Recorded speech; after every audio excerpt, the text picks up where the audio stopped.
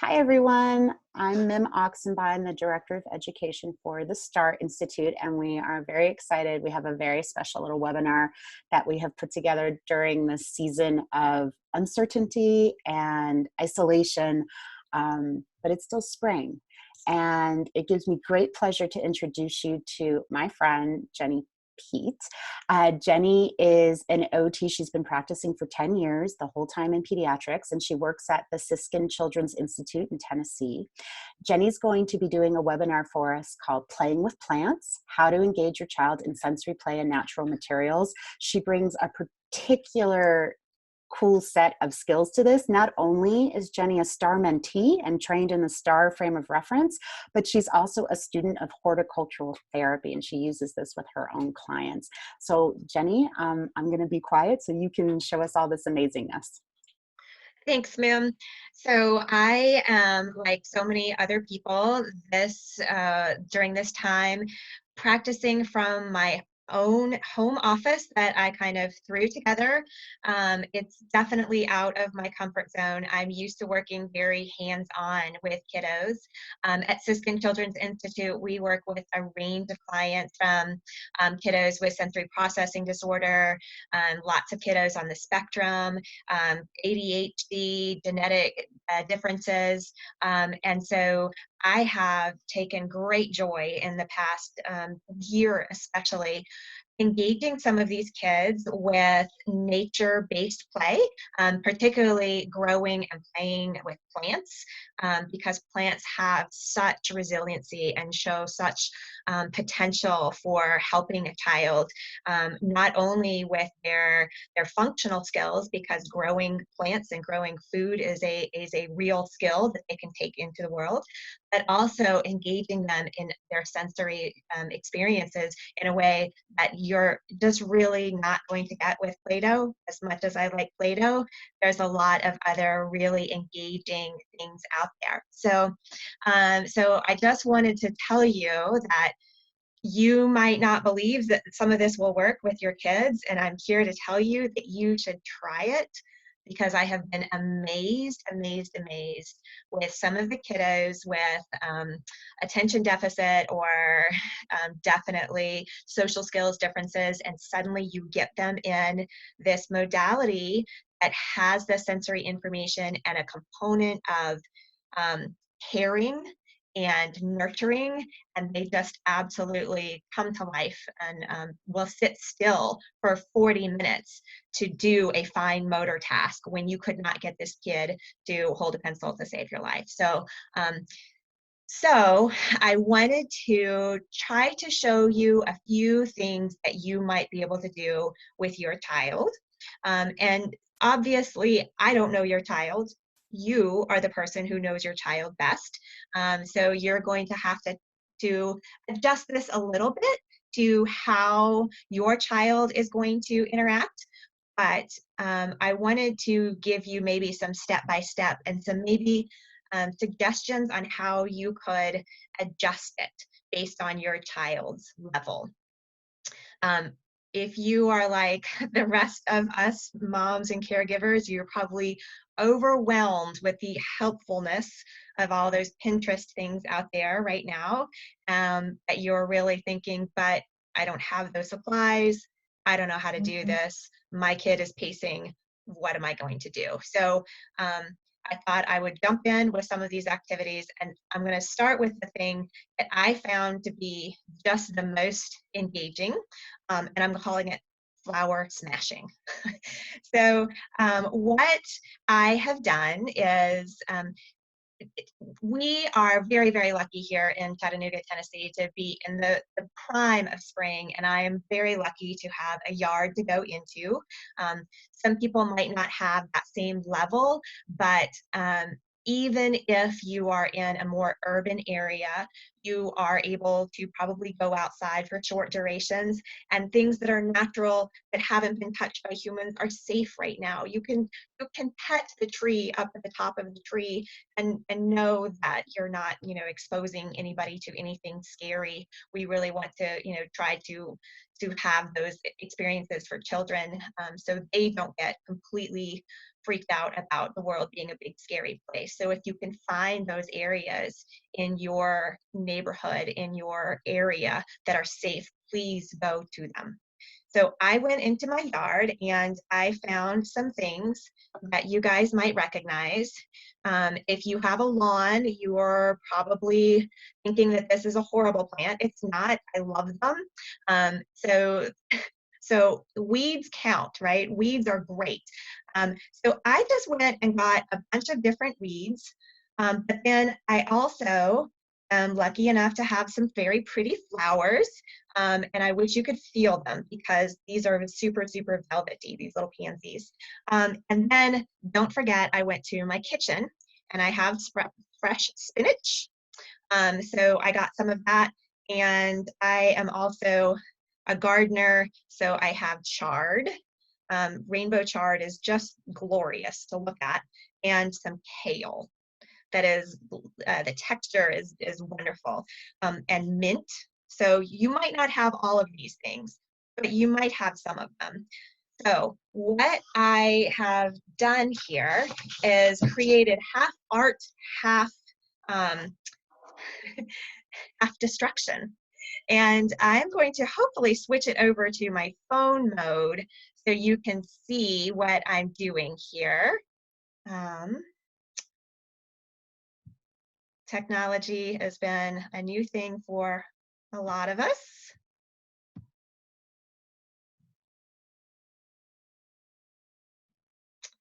Hold one more second, maybe we'll get it. There it is. Oh, except I'm staring at the ceiling. Okay, now here we go. So I have these things and I am just putting them on a piece of paper, kind of random. Now, if you have a child that is able to follow directions and is able to engage with you at this point, this could be a moment of entry where you have gone into the yard and you've just said, hey, look what I have found. And that in and of itself could be an interesting thing. I would suggest that if you do not have a child that is at that level, that you skip this part for now and just go straight into the more engaging part, which is this. You put a piece of paper, there's a piece of paper on the bottom, and then I've just put a piece of paper on the top. And then I have a hammer. Now, if you have a kiddo who is very, very auditory defensive, do not try this at home. Try something a little bit softer instead.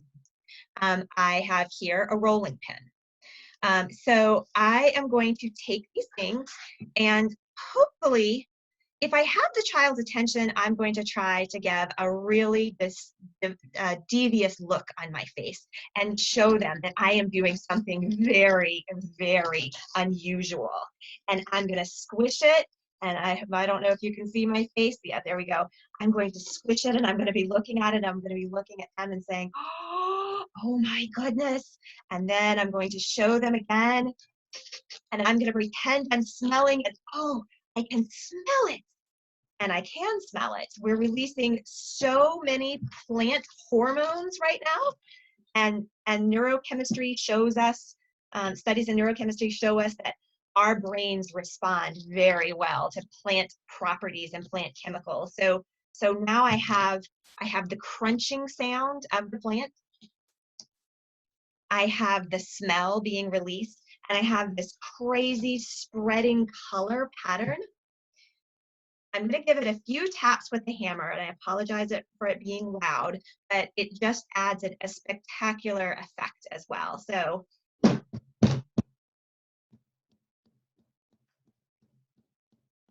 So now you can also make fun with that and talk about how you're doing just little tiny baby presses, tiny, tiny, tiny, tiny, and then smash, smash, smash with the hammer and show them the difference and how they can use their bodies soft versus hard. So then I'm going to take this and I'm going to peel it open and see that the plants have left behind some of their internal dyes. They're not really truly dyes. They're chemicals that the plants use. All of these beautiful, beautiful colors. and I'm going to possibly also, then I'm going to play with it this way. Um, and so I can lift it up and I can show them, oh my goodness, look, and it's gotten flat. Ew, yuck. Or, oh, and show them the wonder and the delight of this thing that maybe they have never noticed before. You can play with this in a lot of different ways. What I would suggest for those kiddos who might be a little bit harder to engage, if you start with this part, then you could even turn it into this dramatic show of, okay, well, I have this flower that I just squished, and I have this one that's still pretty. Oh, poor flower, poor flower. Oh, so you can play with it and touch it. And then you can say, let's go do more. And now you and your child have a way to go outside and look for things that they find interesting, that they might touch, that they might feel, and they have a concept of their in their heads of how they could play with it. So it's not just a random, let's go outside and look at flowers, but oh, what's that going to feel like? Or, ooh, is this one going to create, a really nice, beautiful pattern on the paper? It's really, go crazy with hammers, y'all. It's great. So this is a really easy, fun activity to do.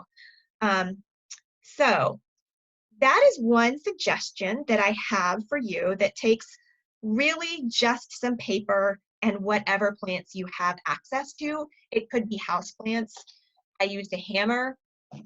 You could easily use a glass or any other type of thing to squish it to help their hands feel how hard they might need to press, um, and to give them all sorts of feedback that helps those skills and would support communication, and again, that kind of mystery and awe of what can happen with these natural substances. So while you're out on this hunt for natural substances, I would encourage you to also look for things that are just interesting textures. Um, and if you have nothing else to look for in this time when you have a lot more time on your hands, you really might start to notice some of the very pretty textures that are out there in the natural environment, and encourage your child to feel them. We have a variety of things happening in the spring season right now, so there's definitely leftovers from the fall, so all of these seed pods, but then there's also new growth. So what if you were playing with your child with the paint because their homeschool group says you have to do this paint or you have to work on those letters, and then suddenly, instead of using the paintbrush, you decided to use the grass as a paintbrush. What would that look like? What would it feel like?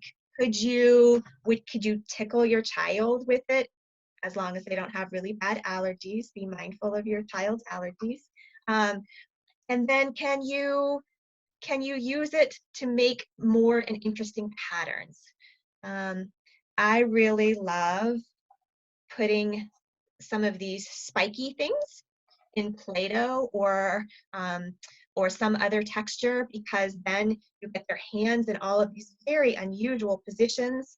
You feel the difference. You're working really hard on these tactile discrimination techniques. So you feel this spiky next to the squishy, and can really come up with some very interesting, very engaging patterns.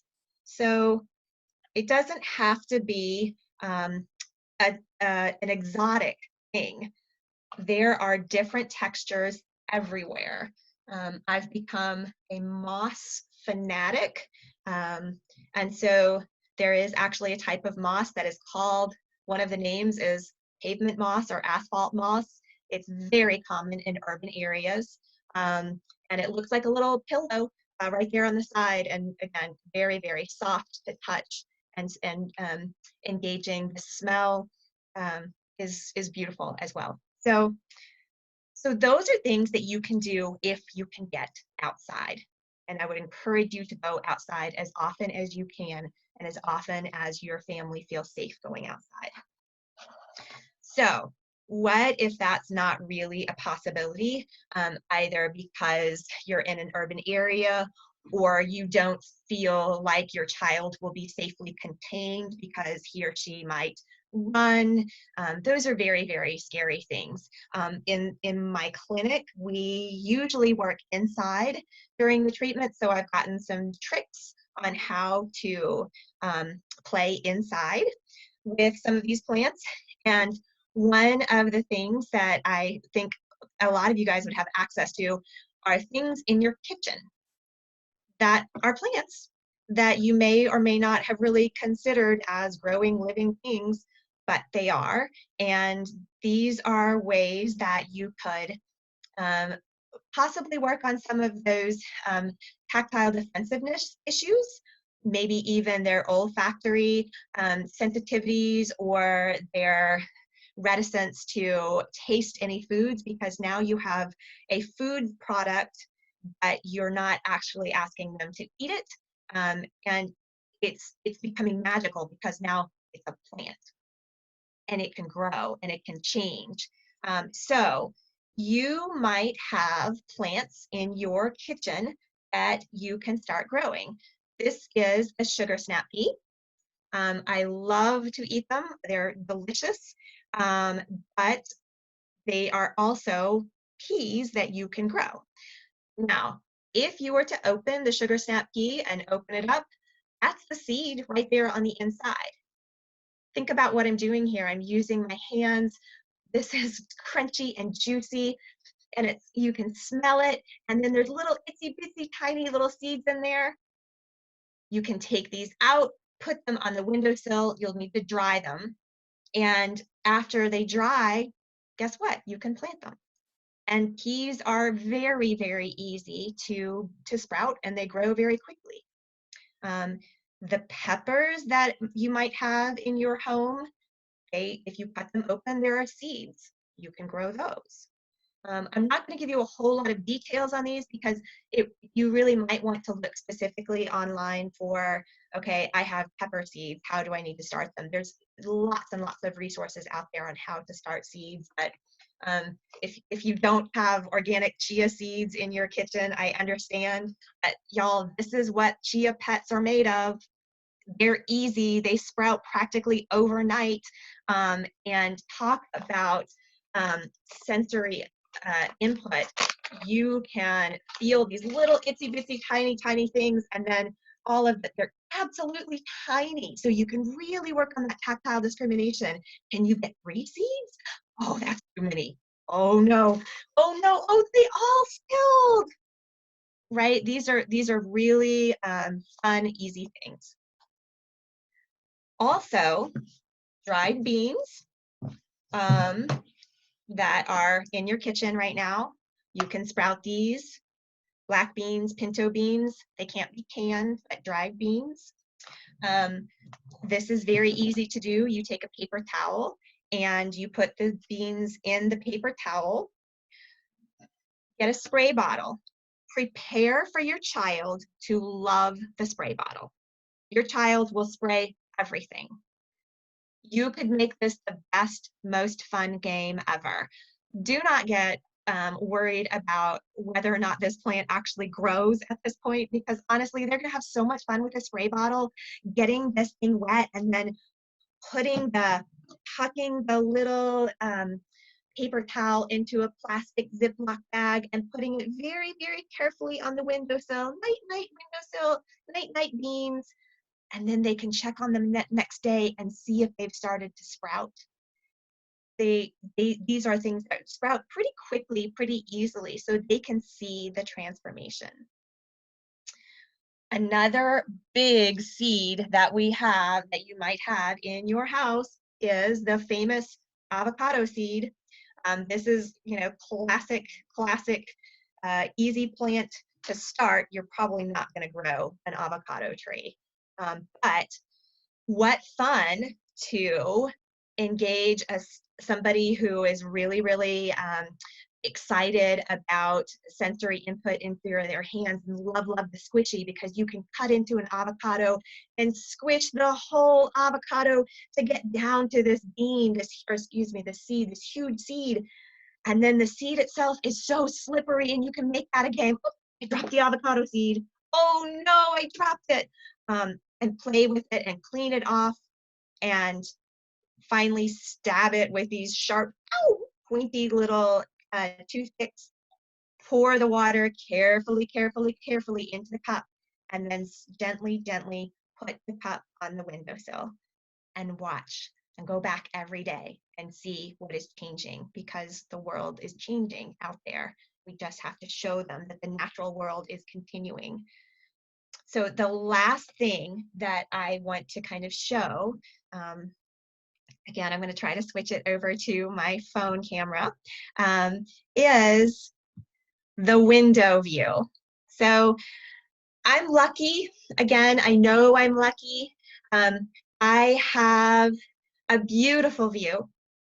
I also have started collecting, for my clinic use, a variety of houseplants that have just amazing, amazing textures. Succulents are so popular right now. You might have some of those that are ready to separate. So you can certainly look online and see with your child, okay, this plant has too many babies. Can I separate it out? And that way you get to play in the soil as well. You get to play with the plants and have the sensory experience of a sharp plant versus a squishy plant. You might not be so lucky to have all of these house plants. I would encourage you, when all of this is said and done, go buy more plants and start gardening out in your yard, because you and your child will love it.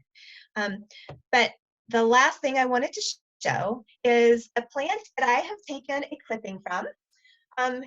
It's just a little clipping from a houseplant. Many houseplants have pieces that will sprout roots.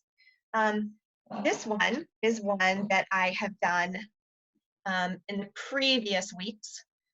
You can see that it's the same plant, and it's grown all these amazing roots. So all I did was clip the houseplant and use an old jar and tie some string around the jar and put it in its own little container next to the window. And so there is the beginning of a new life that's right there. And so I have the opportunity to see a small thing that is separated from its big normal thing, right? It's no longer part of the big plant. It's all on its own in this little container. But I'm giving it what it needs. I'm giving it light, I'm giving it water, and I'm watching it, and I'm giving it attention and seeing it change, and seeing that there is some remarkable, remarkable resiliency in this world. So if you can bring that to your child during this time of uncertainty, it will not only help your child, but it will help you feel calm, help you feel connected, help you feel like you are successful and making a difference. And then you will be in a better place to parent the child that so desperately wants your love and attention.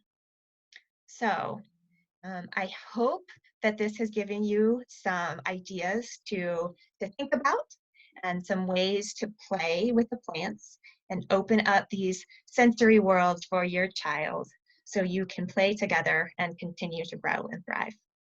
Jenny, thank you so much. That was wonderful. In fact, while you were doing that, I was thinking about my 4.5-year-old and even my 12-year-old. And definitely, like, when we go out for our usual 1 to 2 walks a day, I'm going to have a much different eye. And I think they are going to love making the smash. which Yes, I thought that was fantastic. So it's very fun. I can't thank you enough as a parent. That was outstanding. And as an OT, it gave me like a whole new way to think about the interactions with natural materials from all these different sensory components: tactile, olfactory, proprioceptive, visual, auditory. It was amazing. Thank you so much. Thank you very much. All right. Until next time. Bye.